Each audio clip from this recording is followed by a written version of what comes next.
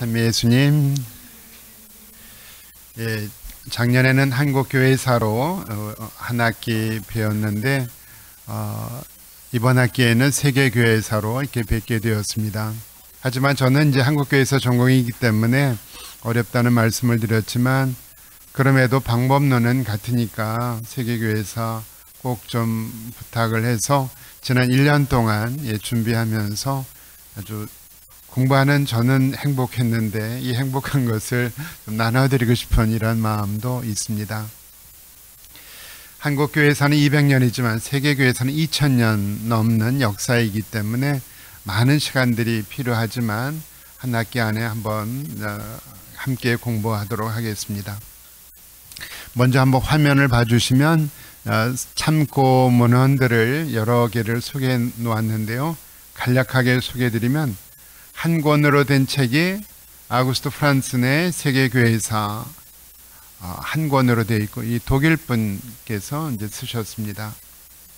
그 다음에 그 밑에 다스만 교회사는 아직 정관이 다 나오지 않았고요. 장 콩비 프랑스 분의 세계교회사 여행 1, 2권으로 두 권으로 나와 있습니다. 이 번역인데 아주 그 내용들이 서술해 나가면서 원전들을 잘 소개해 줘서 좋은 책이라고 생각이 듭니다. 그리고 한스킹의 가톨릭의 역사라고 하는 책이 한 권으로 좀 얇은 책인데요. 이 책의 조금 아쉬운 점은 우리 교회 분이 번역하지 않으셨어요. 그래서 개신교 번역이기 때문에 읽는데 조금 어려움이 있을 수 있습니다. 그 내용은 좋습니다. 그리고 부산교구 전소홍 신부님께서 세계교회사로 로마에서 박사학위를 받았는데 이분이 쓰신 책이 1, 2권으로 나와 있습니다. 아주 좋은 책이기도 합니다. 가톨릭대 성심교정의 박승찬 교수님의 알수록 재미있는 그리스도교 이야기라고 평화방송에서 강의한 것을 이렇게 한 권으로 책을 내셨는데 아주 좋은 자료이기도 합니다. 그 다음에 여러 가지 책들을 인용해 놓았습니다. 그리고 한 학기 강의를 하면서 한번 강의 시간에 다 부족한 것이 너무나 많으니까 한번 여러분들에게 중간고사 대신 리포트를 하나 받을까 하는 생각이 듭니다. 그래서 많은 고민이 돼 어떤 숙제를 드릴까 하다가 이제 선택은 여러 우리 수사님들 수임들께서 해주실 때 하나는 원전, 교회사의 원전, 그러니까 우리 역사에 있어서 가장 중요한 것은 사료라고 하는 것이죠. 사료가 있어야 되니까. 그래서 우리 수도회에 창설자 분께서 쓰신 글들 하셔도 좋고 아니면 우리 교회사 강의하면서 들으면서 우리 성인들, 교부들 그분들의 어떤 책이라도 그런 내용들 원전 어느 내용이든 좋습니다. 약간 교회사의 원전 그래서 한번 읽고 이렇게 잘 정리해 주셨으면 좋겠다라는 이런 생각이 듭니다. 분량은 A4 용지 5장 이내로 해주시고 나중에 이제 한 4월 말쯤 8주 4월 21일 8주 차인데 그때 저에게 메일로 주셔도 좋고 아니면 프린트해서 주셔도 좋고 해주셨으면 좋겠습니다. 어려운 과제 아니죠?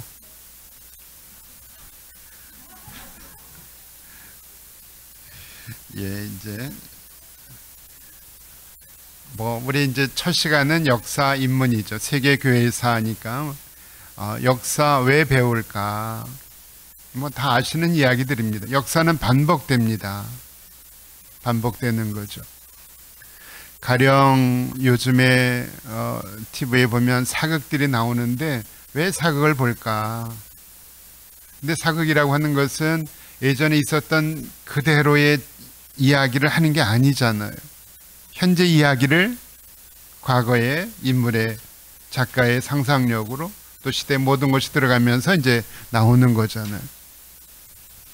역사를 배운다는 것은 과거를 비추어서 과거를 공부하면서 현재를 돌아보는 거죠. 또 현재를 보면서 과거를 이해할 수 있게 되는 것이죠. 단순히 여기에서만 과거에 대한 지식을 배우는 것은 아닌 거죠. 미래를 향한 것이 꼭 들어가기 때문에. 그래서 미래를 향한 우리가 올바로 걸어가야 할 나침반 역할을 하는 것이 역사를 배우는 이러한 중요한 목적이다라고 하는 것이죠. 우리 한국교회사의 아주 유명한 학자이신 조광 교수님이 한번 이러한 말씀을 하셨어요. 우리는 기억할 만한 미래를 만들기 위해 과거를 밝혀내고 성장합니다. 역사는 우리 뒤에만 있지 않고 우리의 앞에 놓여 있는 것입니다. 라고 하셨던 말씀을 들려드리고 싶습니다. 우리 현재에 비춰서 과거를 이해하고 과거에 비춰서 현재를 깊이 이해할 때 우리는 교회에 대한 진정한 비판을 할 수가 있는 거죠. 왜? 나약한 우리 인간의 모든 것이 드러나고 있기 때문에. 그러면서 동시에 나약한 우리 인간이지만, 인간의 활동이었지만 여기에 거룩한 하느님의 섭리가 있기 때문에 교회에 대한 진정한 사랑이 교회사 시간에 있어야 한다라고 생각이 듭니다. 그러니까 과거에 대해서 너무나 비판적으로 또 너무나 호교론적으로 하는 것이 아니라 정말 진정한 교회에 대한 사랑이 이 시간에 있었으면 한다라고 하는 것이죠. 조금 전에 사료가 중요하다라고 말씀드렸는데 이쪽에 보면 비오 12세 교황님 제2차 세계대전 당시에 교황님께서 유대인 학살 그 나치에 협조하지 않았는가 하는 의혹이 있었어요. 그래서 이제 바오로 6세 교황님은 그 증거를 찾도록 하면서 이제 문서를 이렇게 개방하셨고 2020년 3월 우리 프란시스코 교황님은 비오 12세 교황님에 관한 모든 문서를 비밀 문서고를 개방하시면서 그렇게 하십니다. 교회는 역사를 두려워하지 않습니다. 반대로 역사를 사랑하고 주님을 사랑하는 만큼 더 사랑하고 싶어 합니다. 객관적인 역사 연구를 통해서 비오 12세 교황에 대한 비판과 찬사의 순간, 고통스러운 결정의 순간, 그리고 그리스도교의 깊은 고뇌를 올바른 시각으로 평가할 수 있을 것이다 라고 그런 말씀을 하십니다. 이쪽 마지막에 보면 교회사는 하느님의 구원이 역사 안에서 실현되는 것을 파악하는 신학으로 이해되어야 한다라고 하였습니다.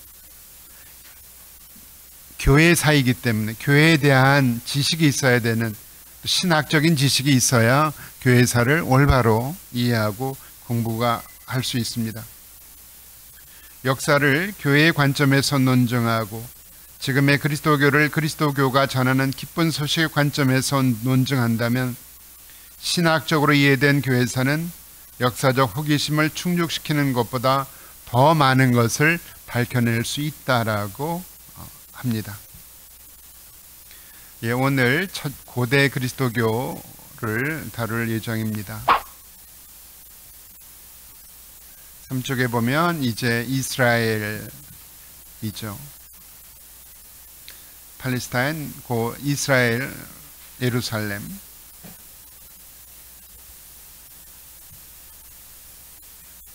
우리가 잘 아시는 성경, 신약 성경 공부하시면서 많이 보셨던 이러한 이스라엘 지도이고요. 갔다 왔다는 증명사진입니다. 갈릴리아 호수입니다. 여기가 이제 예루살렘입니다. 교회의 역사는 30년경 성령 강림을 통해서 교회가 시작이 되죠. 초대교회가 본격적으로 복음 선포를 시작한 날이 성령 강림입니다.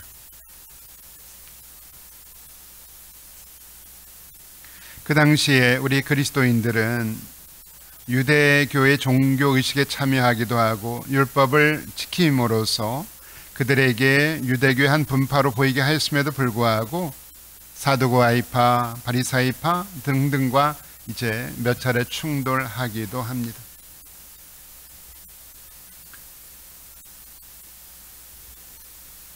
(32년) (33년경) 스테파노가 순교하게 되죠.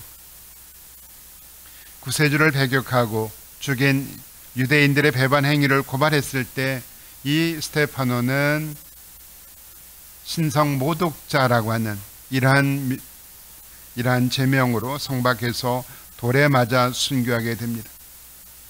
근데 순교 직전에 하셨던 말씀은 주 예수님 제 영혼을 받아주십시오. 그리고 이 죄를 저 사람들에게 지우지 말아 주십시오라고 말씀을 하시죠. 이런 스테파노 부제의 이 말씀은 이제 순교자들이 계속 하셨던 말씀이기도 합니다. 숱한 고난과 박해를 이겨낼 수 있는 교회의 생명력이 바로 스테파노 부제의 말씀을 통해서도 드러나고 있습니다.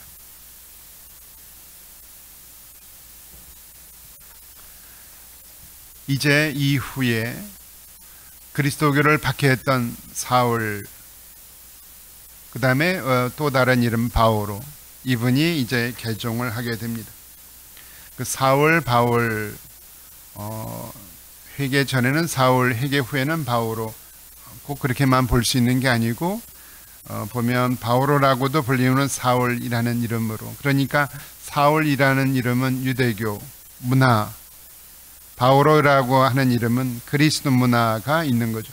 두 세계의 나그네로서 사셨던 이런 바오로 사도입니다.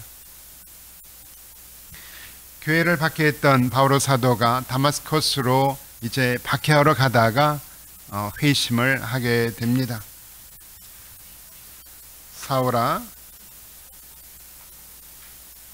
왜 네가 나를 박해하느냐? 누구십니까? 박해하는 예수다. 하느님의 계획은 인간의 생각과 인간의 판단을 뛰어넘죠. 한 사람이 지녀온 가치관과 신념을 바꾸기란 쉬운 일이 결코 아닙니다. 가령 개종을 체험한이라고 한다면 그 인생을 뒤바꿀 만한 내적 체험을 하지 않으면 개종하기 어려운 것이죠. 여기에 이제 온 삶을 바꿨던 바오로 사도의 회심이 바로 그러한 것을 우리가 이해할 수 있을 것입니다.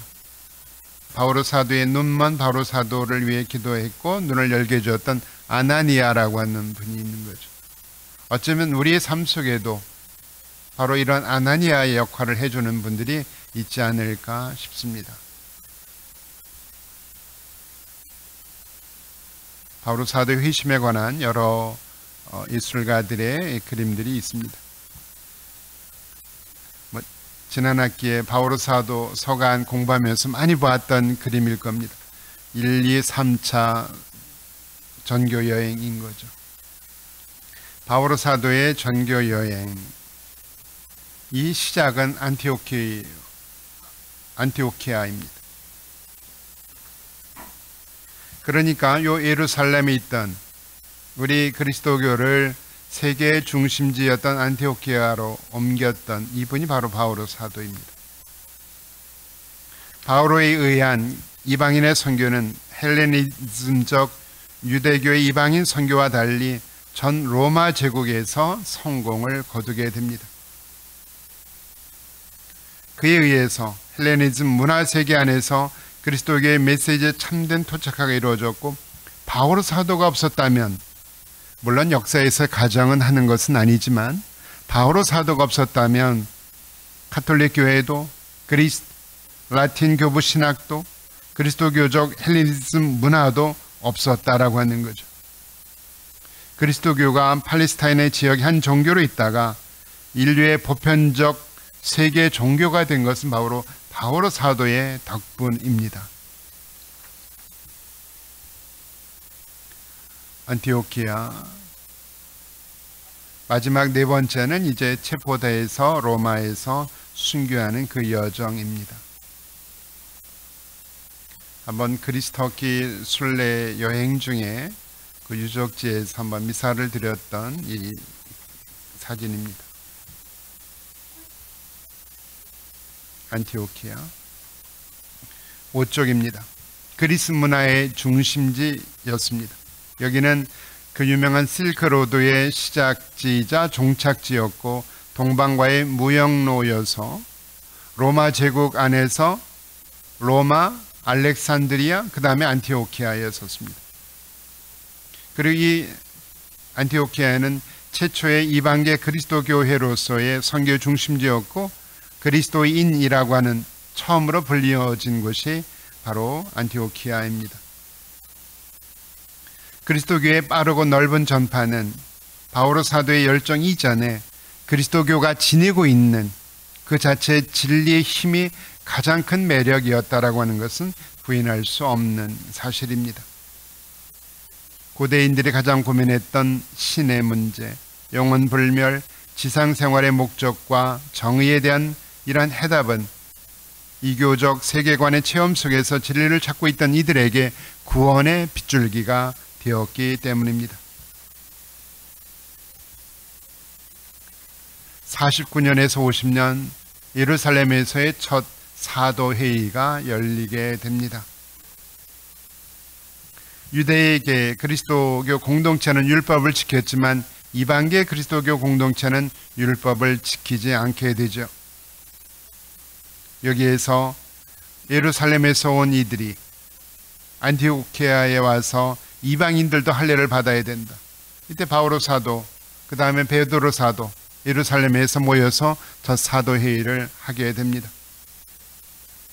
이방인들이 예수님을 믿고 세례를 받는 것만으로 구원받을 수 있는지, 아니면 할례를 기본으로 삼는 유대인들의 종교율법과 관습을 따라야 하는지, 이러한 문제 속에서 첫 번째는 유대인들도 잘 지키지 못하는 이러한 할례라는 멍에를 이방인들에게 강제로 부과할 수 없다.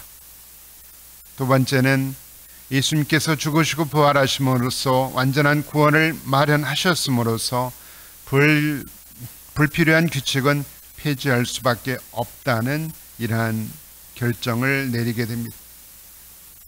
그러니까 이제부터 누구나 자신의 고유한 문화를 버리지 않고서도 자유롭게 복음을 받아들일 수 있게 됩니다. 그래서 이제 그리스도교는 보편적인 교회가 될 수 있었습니다. 이것이 바로 예루살렘 사도회의의 결정입니다. 사도들과 원로들의 온 교회, 이러한 내용들을 보면 성령과 우리라는 표현이 자주 나오게 됩니다. 그러니까 교회의 결정에는 성령이신 하느님께서 함께 하신다는 이러한 내용인 것 같습니다. 그래서 교회 공동체가 내릴 결정에 우리도 그것을 믿고 따라야 할 의무가 바로 이곳에 여기에서 찾을 수가 있다고 보여집니다.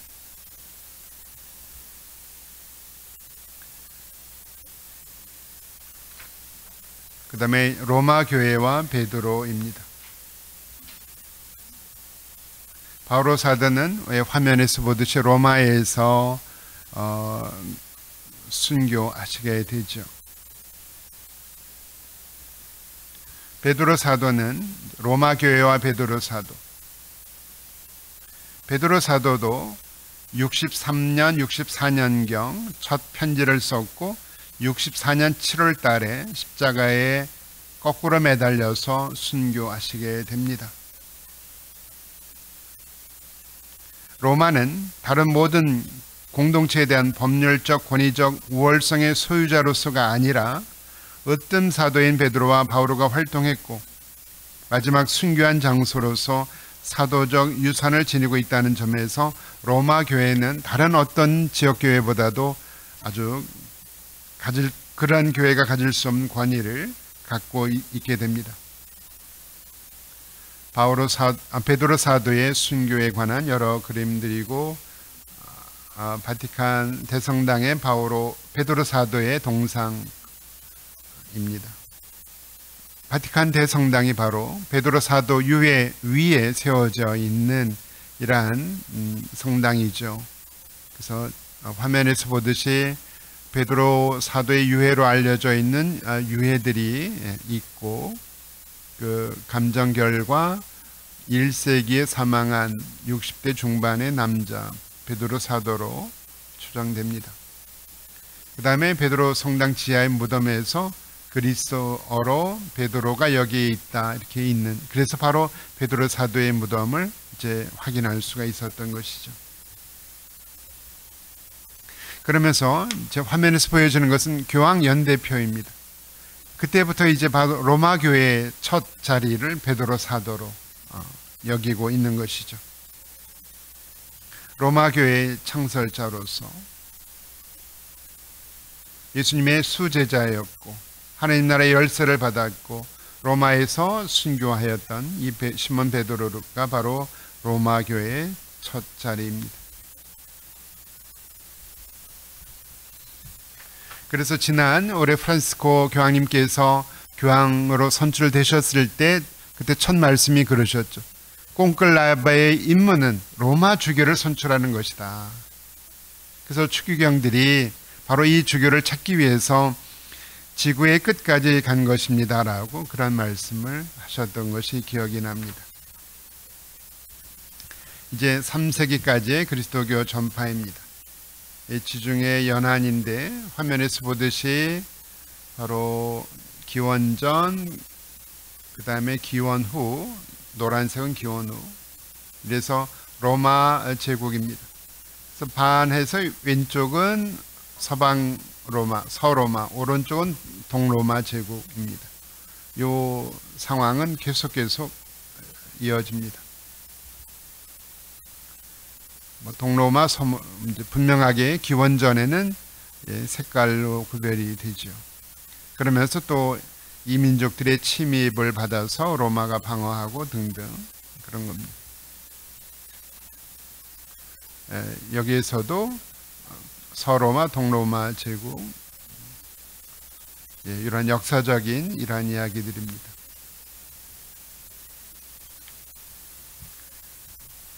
칠 7쪽에 보면 로마 제국에서 그리스도교가 성공할 수 있었던 내적인 외적인 이유, 성공 내적인 이유는 결혼과 가정에 대한 윤리, 평등 사상, 형제적 사랑, 협동, 정신, 또 박해시대의 영웅적 용기, 평신도들의 전교, 고교론자들의 문서 선교, 설교와 저술의 그리스도 채용 등 이러한 것이 내적 요인이고, 외적 요인은 그리스도 로마 문화를 지배하던 그리스 철학의 불확실한 것에 대한 확실한 해답, 그 다음에 우상 숭배, 황제 숭배, 다신교 형태의 종교에서 이제 일신교로의 관심, 로마 제국에 산재했던 유대인 회당이 복음 선포의 발판이 되었다는 것, 그 다음에 로마 제국의 지중해 연안의 지배와 편리한 교통망, 전파의 중심은 또 동방에 있게 됩니다. 이러한 이유로 이제 그리스도교가 널리 전파됩니다. 다음 알렉산드리아, 이집트에 있는 교리학교입니다.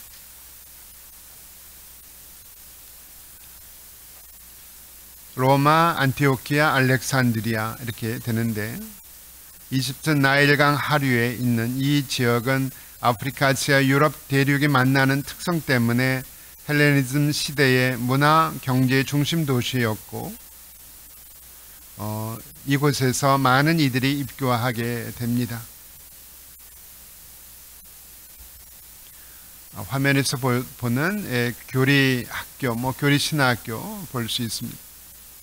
이 학교를 세운 분이 바로 판테누스라고 하는 분입니다. 알렉산드리아의 판테누스.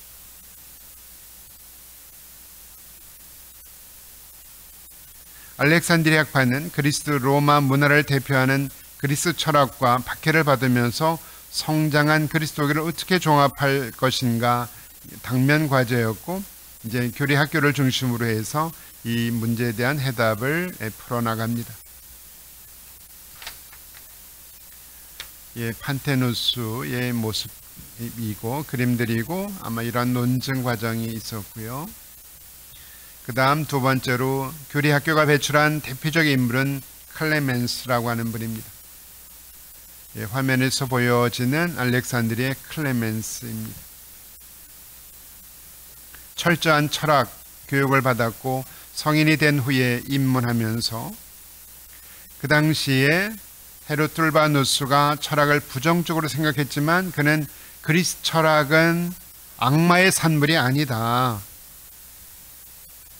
하느님이 주신 가장 좋은 선물로 활용해야 된다라고 하는 것. 인간이 이성적 동물이라면 그 이성은 누구한테 받았는지, 하느님이 우리에게 이성을 주셨는데 이것을 활용하는 것이 어떻게 잘못된 일일 수 있는가, 이러한 질문을 하셨습니다. 그래서 철학을 적극적으로 활용해야 한다는 것. 경건한 신앙생활의 토대 위에서 철학적 사고로 그것을 더욱 튼튼히 하고 굳건하게 만들어서 유혹과 이단에 빠지지 않도록 해야 한다는 것. 우리의 신앙이 어떠한 길을 가고 있는지 이성적으로 반성하고 점검하고자 가르쳤던 분이 클레멘스입니다. 가능한 한 쉽게 이교인들의 고유한 사고를 통해 올바른 방법으로 진리에 대한 신앙에 도달하도록 이교인들의 익숙한 것을 제공하지 않을 수 없다라고 하셨던 분이십니다. 다음 오리게네스입니다. 클레멘스의 제자였던 오리게네스, 신학에 대한 열정과 믿음과 이성을 겸비한 초대교회에서 아주 뛰어난 학자 중에 한 분입니다. 그가 사춘기였을 때 아버지가 순교고 직전에 그럽니다. 아버님, 혹시라도 가족 걱정하셔서 순교에 대한 믿음을 포기하려 하신다면 걱정하지 마십시오. 배교를 하고 살아남아서 빵과 무언가를 마련하신 아버님보다 오히려 가장 소중한 것을 자연스럽게 지키다가 돌아가신 아버지를 더욱 존경할 것입니다 라고 하셨습니다. 그래서 그도 아버지를 따라서 18살에 순교하려고 하니까 어머니가 반대하면서 이제 공부에 매진하게 되고 18살 그 무렵에 교리학교의 책임자가 됩니다. 아주 뛰어난 인물이었고, 근데 이제 성경을 있는 그대로 해석을 해서 마태복음 19장에 있는 것처럼 하늘나라 때문에 스스로 고자가 된 이들이 있다라고 하는 이 말씀을 그대로 실천하면서 스스로 거세하게 됩니다. 그러면서 이제 자신의 잘못을 뉘우치면서 대표적인 성경 주석의 오류다, 성경의 영적인 해석이 반드시 필요하다라고 하는 이러한 것을 절감하게 됩니다. 다음 쪽입니다. 그리스도는 성경 전체에 나타나므로 구약에 등장하는 사건들은 모두 그리스도가 그리스도교 성사와 교회를 예언한다고 하셨습니다. 구약은 그림자를 나타내며 진리의 이미지는 신약에서 완전하게 나타난다고 확신했습니다. 그 다음에 이제 그 당시에 있었던 그리스 철학, 로고스 이러한 것들을 이제 받아들이게 되고, 클레멘스의 사상에서 한 발 더 나가서 모든 것의 중심을 하느님에게 두면서 자신의 신학을 펼쳐나가게 됩니다. 하느님은 영이며 나음을 받지 않은 분이고 물질계를 초월한 위격적 존재로서 인간과 관계를 맺고 돌보고 계신다는 것이 그의 사상적 중심이었습니다. 그런데 이제 너무나 지나친 나머지 몇 가지 오리에 빠지게 되는데, 그 신플라톤주의, 그러니까 플라톤주의에서 또 다른 신플라톤주의, 플라톤 중심에는 이데아론 같은 것이 있어요. 그래서 좀 여기에 이제 빠지면서 종속설에 대한 부분, 하느님의 자비를 강조한 만물 복귀설, 인간이 죄를 지어 육체를 취하게 된 의견 등으로 200년이 지나면서 단죄됩니다. 종속설, 그러면 성부, 성자, 성령께서 계시는데 성자는 성부에게, 또 성령은 이렇게 종속되어 있다라고 하는 이러한 이야기를 합니다. 이제 플라톤주의에서 또 신플라톤주의 계속 여기에 이제 영향을 받은 거죠. 또 모든 영혼, 심지어 악령까지도 정화의 고통을 통해서 하느님과 일체에 이른다라고 하는 것. 그러면 지옥에 관한 정통 교리를 부정하게 되는 거죠. 그러니까 이 당시에는 아직 우리 그리스도교 신학이 완전하게 정립되기 전이었기 때문에 이러한 것이 있을 수 있는 상황이었습니다. 영혼의 선제설, 정령설, 정령이라면 만물에 깃들어 있는 신령한 기운들. 어떤 정령은 별이 되고 어떤 정령들은 죄를 지었기 때문에 육체에 갇혀 인간이 된다라고 하는 것. 이러한 잘못된 의견들이 후대에 이제 단죄받게 됩니다. 정통교리 확립 이전이었기 때문에 여러 가지 사회 실험을 통해서 할 수 있는 최선의 길을 찾은 것으로 보여지게 됩니다. 이 화면에서 보여지는 오리게네스에 관한 여러 그림들이고 그 다음에 그의 글들입니다. 이게 신플라토니즘이라고 하는 것. 그 다음 내적 위기, 분열과 이단입니다. 사실 분열과 이단은 박해보다 더 심각한 영향을 끼치게 됩니다. 복음 선포는 복음의 고유한 문화와는 다른 이질적 문화를 대상으로 삼아 이루어지는 과정이기 때문에 종교 혼합 현상을 빚기도 하고 분열과 이단이라는 부정적 요소를 안게 되기도 합니다. 그런데 이 이단, 분열, 독단주의, 자신의 이야기만 옳다라고 하는 것, 누구의 이야기도 듣지 않는 이들, 그 다음에 엘리트주의에 빠진 이들이 이제 여기에 많이 빠지게 됩니다. 그런데 이러한 분열과 이단은 우리 교회사에서 보면 오히려 상대적으로 교회를 발전시키는 이러한 영향을 주게 됩니다. 대부분의 교회들은 3, 4세기경에 확정된 것들로 이단들로부터의 복음의 순수성을 지키고자 하는 교회의 노력에서 비롯된 것들이기도 합니다. 결국 가톨릭 입장에서 말할 수 있는 기준은 신앙의 규범, 성경의 기초를 두고 교회의 전통에서 전승되고 교회가 승인하는 신앙 자산이 바로 우리 교회가 됩니다. 다음 영지주의 말씀드리겠습니다.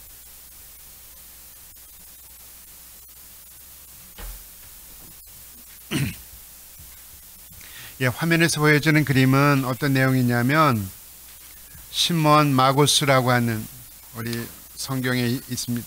사도행전 8장 9절에서 24절 시몬 마구스가 뭐라고 이야기를 하느냐면 베드로와 요한에게 요 검은색 옷을 입은 사람이에요. 시몬 마구스가 성령을 전달하는 초능력을 돈 주고 살려고 했던 거죠. 성직 매매하려고 했던 거. 바로 이 시몬 마구스가 영지주의 창시자라고 하는 그런 이야기도 있습니다. 영지주의라는 거. 영지주의는 선과 악의 이원론으로 세계를 갈라놓고 설명하고 원리는 정신적인 원리, 물질적인 원리는 악의 세계 이렇게 하면서 정신적인 것만 물질적인 것은 이제 경시하는 이러한 내용들입니다. 그래서 이 영지주의가 그리스도교적 요소를 받아들이면서 교회 안에서 조직화되면서 큰 혼란을 일으키는데 예수님의 육화설을 비판하게 됩니다. 그들에게 영지주의자들에게 있어서 이 예수님은 영혼만 이야기하니까 하늘에 계셨어야 되는 거예요. 어떻게 인간이 육신을 취할 수 있는 받아들일 수 없었던 거죠. 그래서 나온 것이 가연설이다라고 하는 거예요. 예수님은 가짜다. 그런 이야기입니다. 육화설은 신화에 빠진 아주 저급한 추상작용을 할 줄 모르는 어리석은 자들의 주장이라고 그럽니다. 바로 신의 아들이, 선한 신의 아들이 자신이 악의 세계인 물질적인 것과 결합될 수 있다는 사실을 받아들일 수 없었던 거죠. 그래서 새로운 해결책으로 영지주의자였던 오타인데 바실리데스입니다. 바실리데스가 예수 그리스도가 세상에 내려오시기는 했지만 실제로 악의 원리인 육체를 취한 것은 아니다. 육체를 빌려 내려온 척 하셨다. 이렇게 이야기를 합니다. 이거는 우리 교회에서 보면 예수님의 십자가 사건을 부정하는 거죠. 가연설, 십자가의 그리스도교의 핵심인 십자가의 죽음과 부활이라는 교리를 기둥부터 흔든 것이 바로 이러한 가연설 영지주의자들입니다. 화면에서 이제 또 시몬 마구스에 관한 그림들이 여러 있습니다. 시몬 마구스의 죽음이라는 그림도 있습니다. 영지주의자들 같은 내용들입니다. 이원론, 아주 엄격한 이원론인 거죠. 가연설이다라고 화면에서 보듯이 바로 예수님의 십자가 사건을 부정한 입니다. 영지주의자들은 또 자기들만이 갖고 있는 부적들이 있었다라고 그럽니다. 이러한 부적을 이제 지니고 있어야 된다라고 하는 그런 밑에 화면에 바실리데스 뭐 이런 영지주의자들 또 있었습니다. 그 다음 마르치온입니다. 마르치온은 138년경 그리스도인 공동체에 가입을 하면서 거금을 희사합니다. 공동체의 환대를 받으면서 그러나 144년 비정통적 가르침으로 면직됩니다. 영지주의 한 파인데 마르치온은 그의 가르침은 굉장히 단순하고 논리적이었기 때문에 2세기 때의 우리 교회의 아주 가장 큰 위험한 상대이기도 했습니다. 그는 구약의 하느님보다는 사랑과 자비의 신약의 하느님, 구약을 배척하면서 엄격한 이원론으로 구약의 야훼, 구약의 하느님은 분노하는 악신이다. 신약의 그리스도야말로 최고의 선한 신이다라고 이야기를 합니다. 그리스도 로마에서는 하느님을 교체하기 위한 가장 좋은 조건으로 그리스도의 신화에서 신들의 세대 교체 이야기가 있는데 바로 이것을 구약의 하느님과 신약의 그리스도에게 적용했다라고 하는 것이죠. 폭력을 휘두르던 구약의 하느님을 사랑과 자비의 신약의 하느님이 내몰았다라고 하는 거죠. 그래서 지금은 평화스러운 신약의 하느님이 다스리는 시대이다. 자기들이 좋아하는 신이 잔혹한 신을 무찔렀다는 것이다 라고 하는 거죠. 그러면 이러한 주장에 비하면 구약 성경은 우리가 어떻게 받아들여야 되는가? 예수님께서도 구약의 하느님 그러시잖아요. 마르코복음 15장 34절 저희 하느님 어찌하여 저를 버리시나이까 라고. 그래서 구약을 이 배척하는 마르치온 우리 정통교회의 가르침과 전혀 다른 것이죠. 마르치온에서는 구약의 성경은 자기들의 이성적 결론에 따르면 가치가 없어졌기 때문에 버려야 한다고.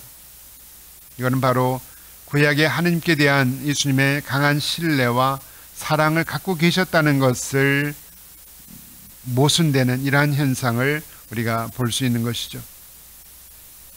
예수님이 구약의 정신을 가장 잘 받아들이고 실천하셨기 때문에 이들이 제시하는 방식으로는 예수 그리스도의 하느님을 올바로 받아들일 수 없습니다.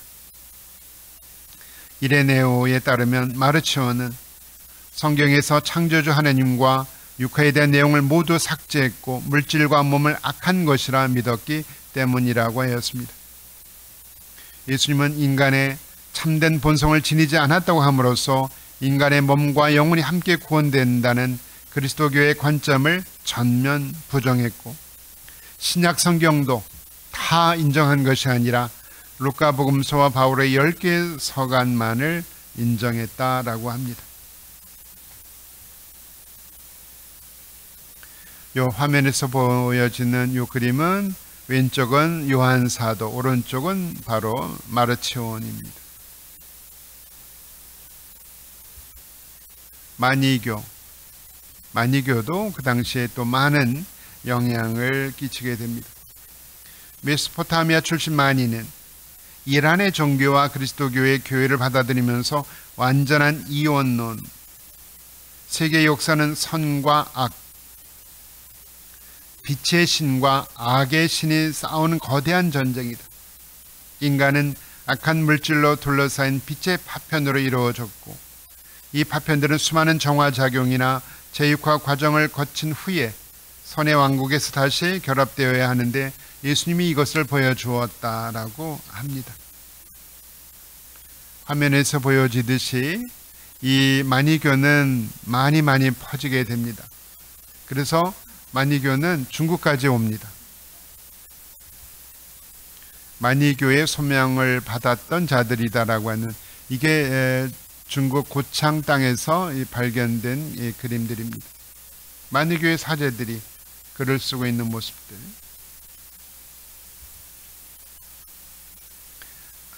마니교 이런 이야기들, 여러 그림들이 있습니다. 그 다음 몬타누스입니다. 몬타누스도 교회가 너무나 세속화되었다라고 하면서 보편교회를 배척하고 엄격한 윤리개혁과 그 다음에 금욕을 설교하고 박해 중에 피신하는 것을 배교와 같은 것으로 보고 순교를 향해 나아가야 한다고.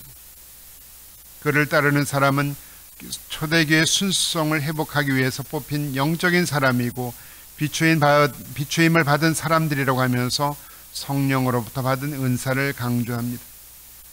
그 다음 오래전에 몇 년 전에 또 아주 그 천년왕국설 같은 거 이때 나옵니다. 이때부터 천년왕국설이 있었습니다.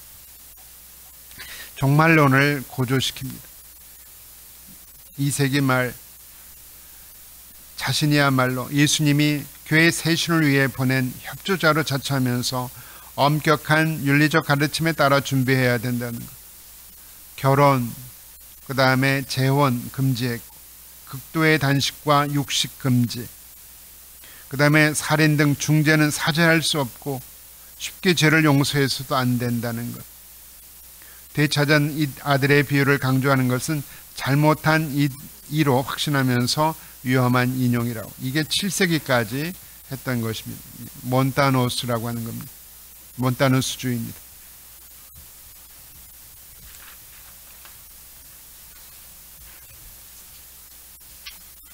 그 다음에 제가 화면에 보여드리는 것은 초대교회 이야기는 아니고요. 아마 우리 수사님, 수님들께서 우리 지난해 12월 28일 날 우리 주교회 사무처에서 전국 교구에 보낸 공문이에요. 가짜 묵주, 가짜 성물 이거 조심해야 된다는 거. 이제 여기 잘못된 거죠. 우리 여기 십자가, 묵주에 있는 십자가, 요 위에 INRI가 있어야 되는데 이게 없는 거죠. 유혹하는 자의 표상인 뱀의 머리가 여기 있어요.